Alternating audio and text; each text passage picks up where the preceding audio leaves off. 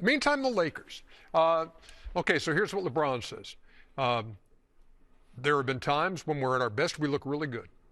And there are other times where it's disgusting.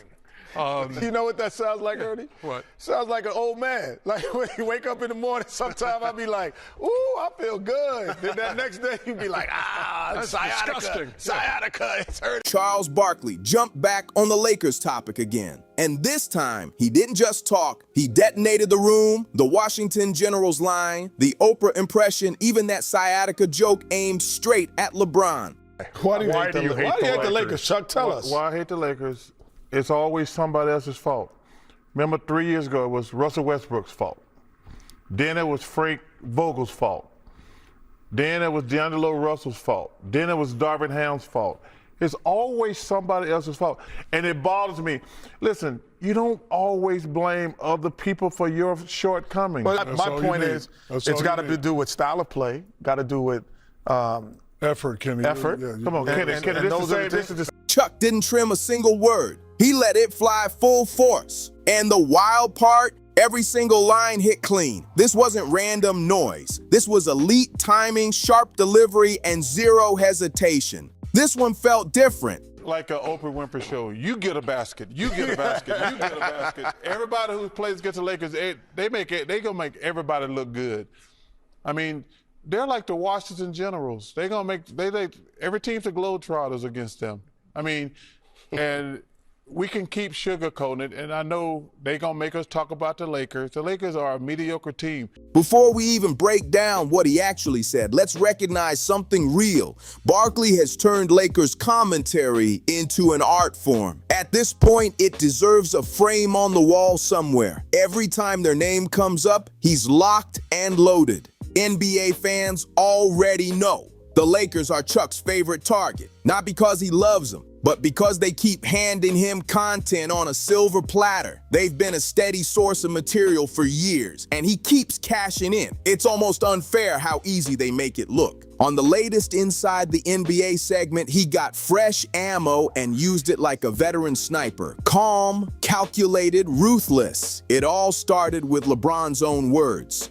LeBron said, and this is a direct quote, "There are times when the Lakers look really good at their best, and other times when it is disgusting." He said it himself. Calling your own squad disgusting at a press conference? That's either brutal honesty or a silent alarm going off. Depends how you read it.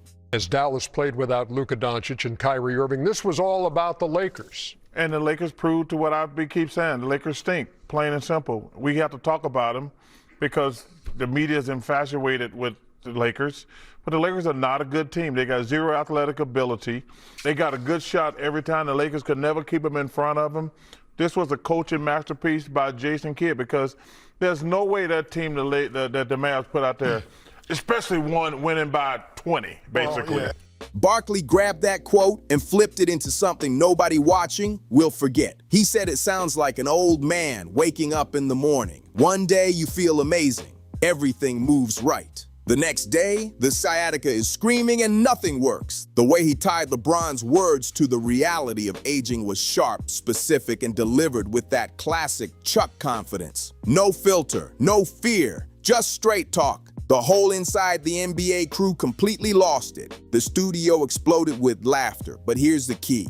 It wasn't cruel just for shock value. It was on point. LeBron James is in his 40s, still grinding in the NBA. Some nights, the Lakers look elite. Other nights, they look completely out of sync. There's barely any middle ground. That's not random. That's what late career athletic reality looks like when you're asking a 41-year-old body to survive back-to-backs at the highest level in the world. It's impressive, but it's also unpredictable. And Chuck, he wasn't stopping at one punchline. He never does. Once the laughs cooled down, the panel shifted into real basketball talk, and the breakdown actually mattered. Beneath the jokes, the Lakers' defensive issues are serious. They don't have strong perimeter defenders at the 1, 2, and 3 who can consistently slow downhill attacks. That's the root of it. He just described who he should be. and who the team should be based on what their personnel is at that time. They are old in certain parts.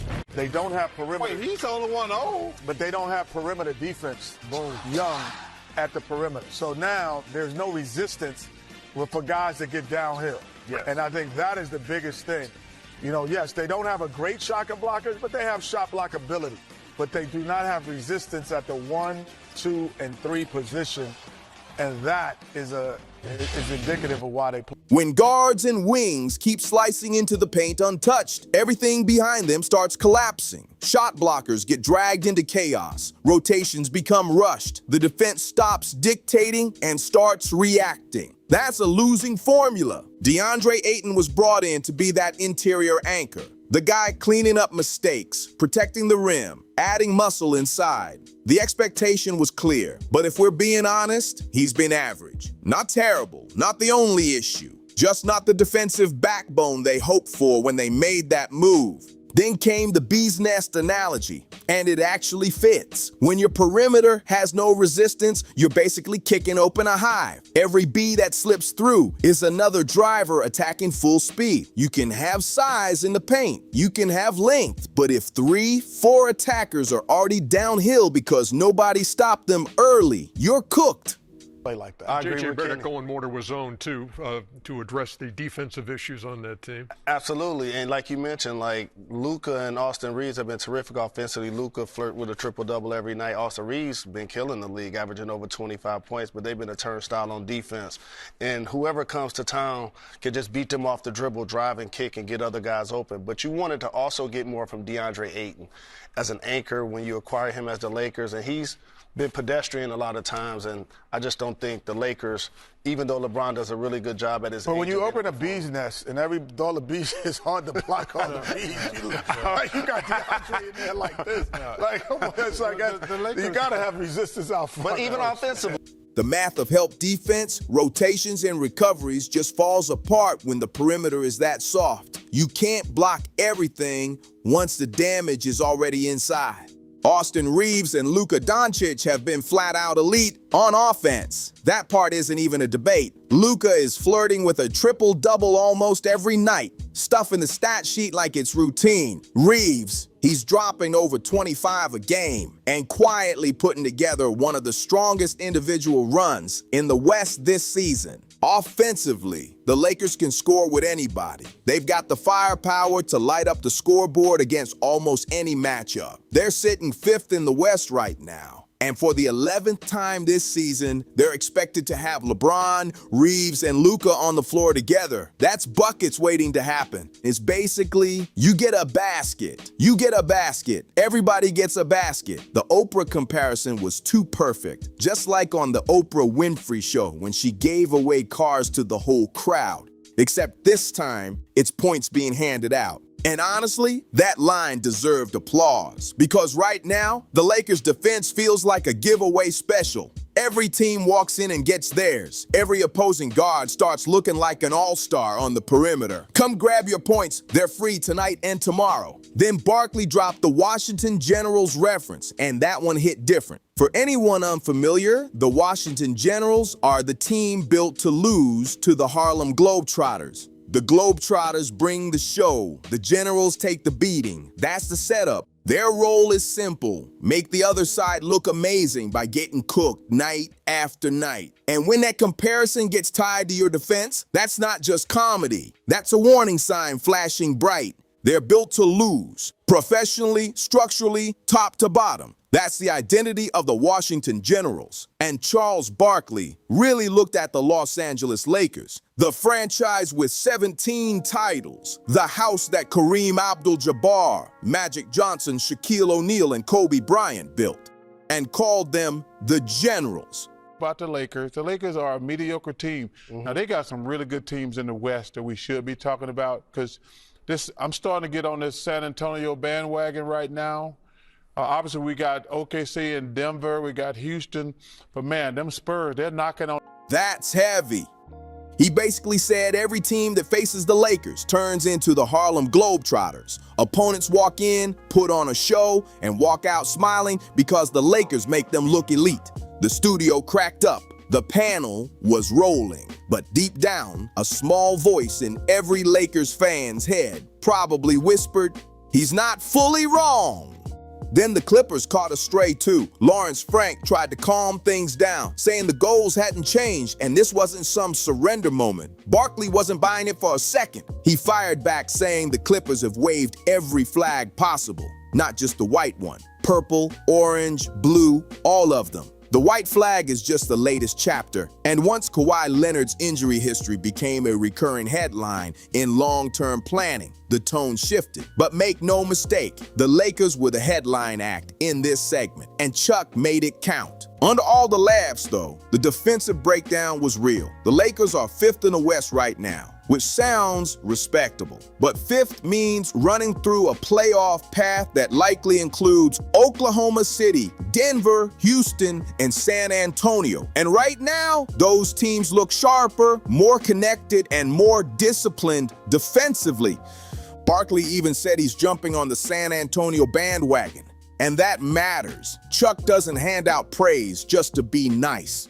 The Spurs are sitting 3rd in the West and already took down top-seeded Oklahoma City 3 times this season. That's not luck, that's structure. And then there's Dylan Harper, a 19-year-old rookie averaging 11 points per game and playing with confidence beyond his years.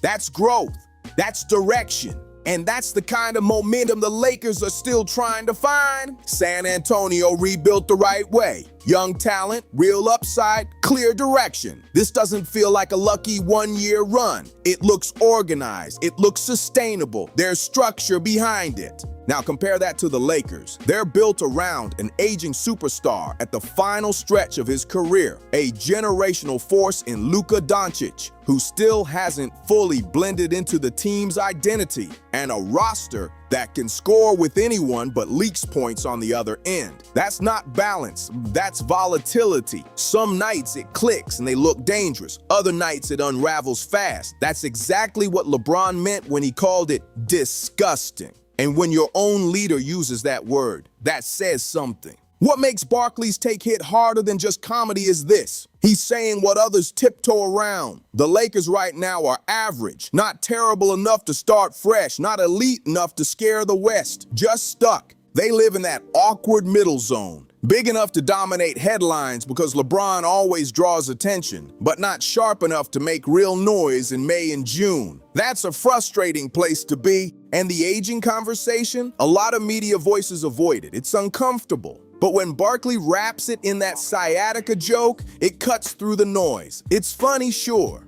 but it's also real. Playing NBA basketball at 41, even for someone as disciplined as LeBron, comes with inconsistency. Great nights, rough nights, good mornings, tough mornings. That's reality. Acknowledging that isn't disrespect. His longevity is historic. It deserves praise. But celebrating greatness doesn't mean ignoring the natural slowdown. And Barkley is one of the few mainstream voices willing to say that straight up. No sugarcoating, no endless qualifiers, just the truth. That stat about LeBron, Reeves, and Luka sharing the floor only 11 times this season says everything. A trio that important to both offense and defense has barely played together. And we're already deep into the season. That's not minor, that's massive. Injuries, load management, scheduling, all of it has blocked real chemistry from forming. Winning teams build rhythm over months. They build instincts, they build timing. You don't get that in 11 games. You can't create real defensive cohesion with that little shared time. You can't develop trust in rotations, switches, and assignments when your core guys aren't consistently out there together. Playoff defense demands connection, and connection takes reps.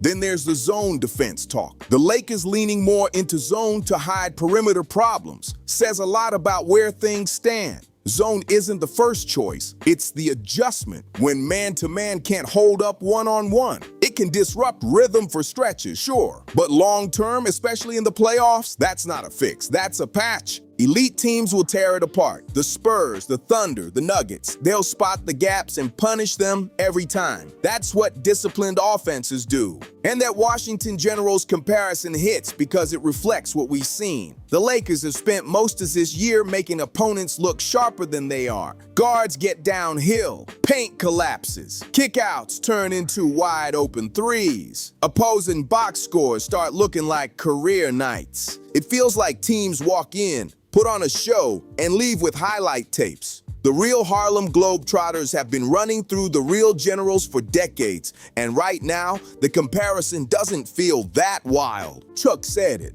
The crowd cracked up, the panel laughed, and Lakers fans at home, they laughed too. But that kind of laugh that stings a little. People laugh hardest at truths about the teams they love. And right now, the West is stacked. Oklahoma City is sitting on top. The Spurs are right there making real noise. Denver still carries that championship DNA. Houston's got young legs flying around on defense. And the Lakers, they're fifth, with serious work ahead if they want playoff respect. Because nobody wants to be labeled a first-round exit before the series even starts. That's the danger zone. Barkley isn't slowing down on the Lakers either. They're too big, too visible, and way too easy to talk about. The problem? The material they're giving him keeps getting better, and not in a good way. If you rock with real basketball talk like this, hit that like button, subscribe, and share this with someone who still thinks the Lakers are fine.